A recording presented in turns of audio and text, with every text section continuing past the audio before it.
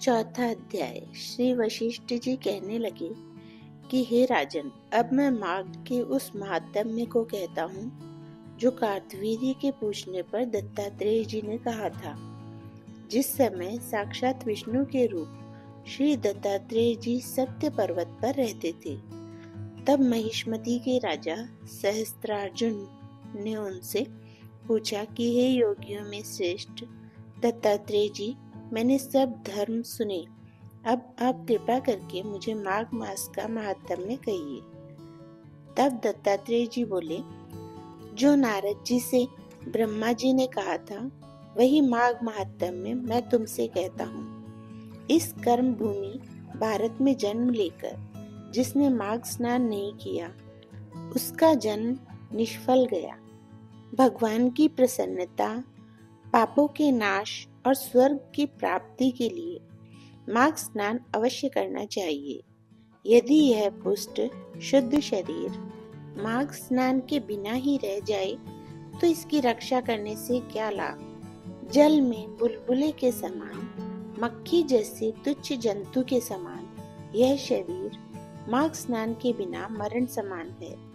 विष्णु भगवान की पूजा न करने वाला ब्राह्मण, बिना दक्षिणा के श्राद्ध, ब्राह्मण रहित क्षेत्र, आचार रहित कुल, ये सब नाश के बराबर है। गर्व से धर्म का, क्रोध से तप का, गुरुजनों की सेवा न करने से स्त्री तथा ब्रह्मचारी बिना अंजलि, अग्नि के हवन और बिना साक्षी के मुक्ति का नाश हो जाता है। जीविका के लिए कहने वाली कथा, अपने ही लिए बनाए हुए भोजन की क्रिया, शूद्र से भिक्षा लेकर किया हुआ यज्ञ तथा कंजूस का धन, यह सब नाश के कारण है। बिना अभ्यास और आलस्य वाली विद्या, असत्य वाणी, विरोध करने वाला राजा जीविका के लिए तीर्थ यात्रा, जीविका के लिए व्रत, संदेह युक्त मंत्र का जप, व्यग्र चित्र होकर जप करना, वेद न जानने वाले को दान देना, संसार में नास्तिक मत ग्रहण करना, श्रद्धा बिना धार्मिक क्रिया, यह सब व्यर्थ है। और जिस तरह दरिद्री का जीना व्यर्थ है, उसी तरह माघ स्नान के बिना मनुष्य का जीना व्यर्थ है। ब्रह्मघाती, सोना चुराने वाला, मदिरा पीने वाला, गुरु पत्नीगामी और इन चारों की संगति करने वाला माघ स्नान से पवित्र होता है।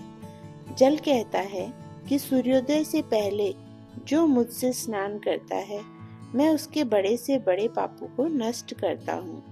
महापातक भी स्नान करने से भस्म हो जाते हैं। माघ मास के स्नान का जब समय आ जाता है तो सब पाप अपने नाश के भय से कांप जाते हैं।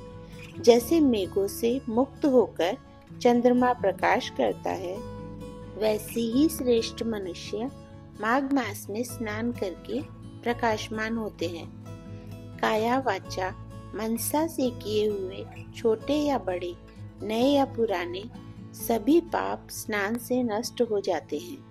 आलस्य में बिना जाने जो पाप किए हो, वह भी नाश को प्राप्त होते हैं।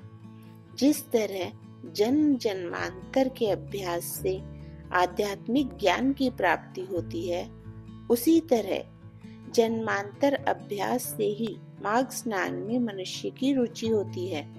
यह अपवित्रों को पवित्र करने वाला बड़ा तप और संसार रूपी कीचड़ को धोने की पवित्र वस्तु है।